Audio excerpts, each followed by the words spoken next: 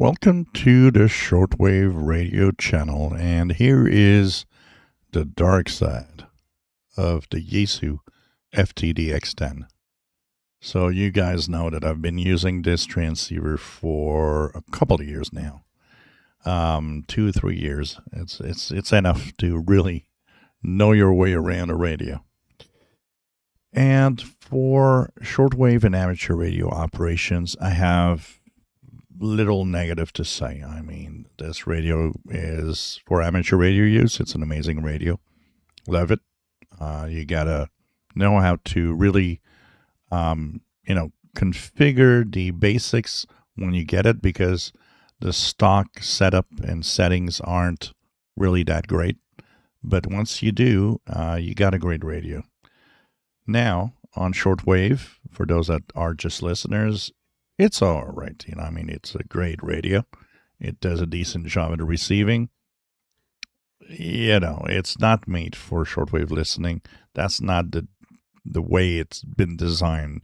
And even Yaesu says this is a ham radio gear, and our specs and our comments in our performance sheets are made for the amateur radio part of this radio, and it's fine. I mean, this is the way it is.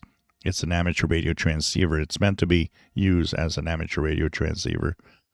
But one of the really, really sad parts of this radio, and this is where I had a few experiences in the last couple of weeks, as we had some opening on sporadic E-skip.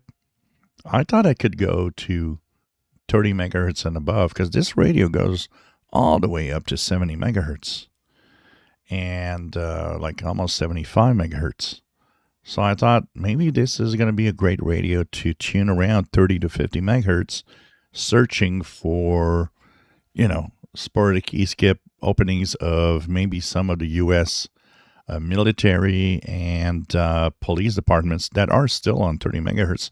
You guys could be surprised. There are a lot of them still left on the 30 megahertz range. And when sporadic E opens, that means you might hear something. But I was very quickly kind of unhappy with the Yaesu for that. And the reason is the way that it's been designed as a receiver, an hybrid receiver.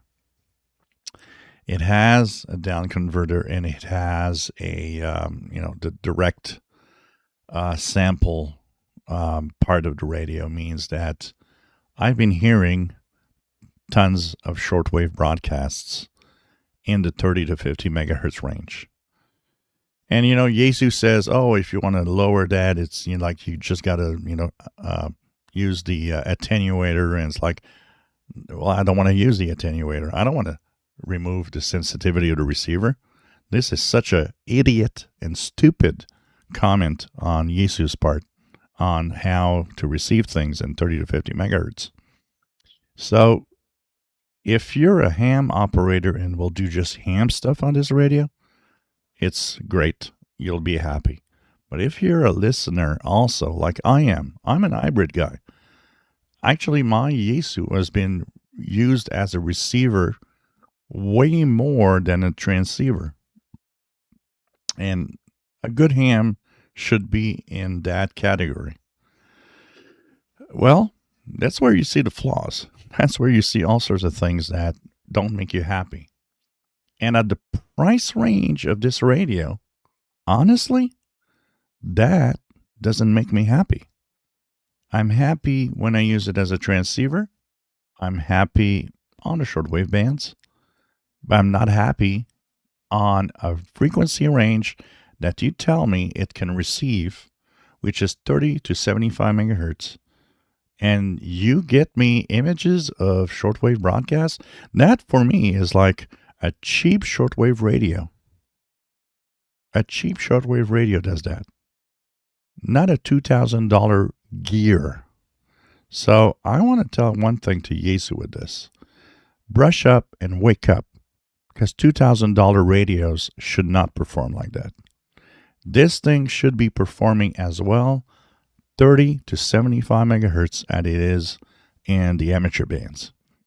And I do not agree with, oh, well, we have this rule. Our specs are for amateur band only. This is stupid. This makes me say, maybe I shouldn't buy another Yaesu radio in the future. I'm curious about ICOM. If ICOM has some transceivers that go higher, how do they perform? I don't know, because I don't have one. I only have a receiver, which, works amazingly well. The ICOM ICR 8500. It's a different thing. So, I don't know. Wake up, Yaesu. This is not the way you design a radio. That was my rant for the FTdx10. And I tell you all the time, guys, that no radio is perfect. If you enjoy my videos, please subscribe, give us thumbs up. Thank you for watching.